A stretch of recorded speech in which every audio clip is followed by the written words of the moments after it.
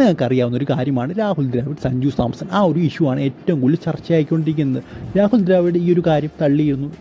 ഈ ന്യൂസ് എവിടെ നിന്ന് വന്നു, ഞങ്ങൾ തമ്മിൽ ഒരു പ്രശ്നമില്ല, ആവശ്യമില്ലാത്ത ന്യൂസ് ഇങ്ങനെ പടച്ചുവിടരുന്ന അദ്ദേഹം അന്നേരം പറഞ്ഞൊരു കാര്യമാണ്. ബട്ട് സ്റ്റിൽ എന്തൊക്കെയോ പ്രശ്നങ്ങളുണ്ട് എന്ന് തന്നെയാണ് നമുക്കറിയാൻ സാധിക്കുന്നത്.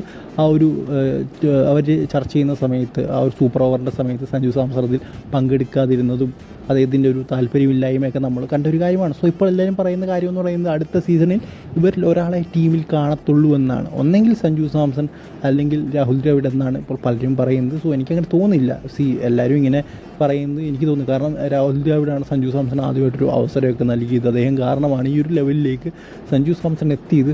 സോ എന്തായാലും അങ്ങനെയൊന്നും ഇല്ലായിരിക്കും ഇവർ തമ്മിൽ. ആ ഒരു സമയത്ത് അദ്ദേഹത്തിന് എന്തായാലും കളിക്കാൻ പറ്റത്തില്ല. അതായത് സഞ്ജു സാംസൺ എന്തായാലും കളിക്കാൻ പറ്റത്തില്ല ആ ഒരു സൂപ്പർ ഓവർ. സോ ബാക്കിയുള്ളവർ അവരുമായിട്ട് ചർച്ചകളാണ്. സഞ്ജു സാംസൺ ഇപ്പോൾ പുറത്തിരുന്ന ചർച്ച ചെയ്തിട്ട് എന്താണ് കാര്യം അല്ലേ? സോ അതുകൊണ്ടായിരിക്കാം അങ്ങനെയൊക്കെ. സോ എന്തായാലും നമ്മൾ കൂലായിട്ട് പുകഞ്ഞ് നിൽക്കുന്നതുകൊണ്ടാണ് ഇതിനെ പല രീതിയിലും കാണുന്നത്. സോ നിങ്ങളുടെ അഭിപ്രായം എന്താണെന്ന് കമൻറ്റ് ബോക്സിൽ ഒന്ന് പറയാം.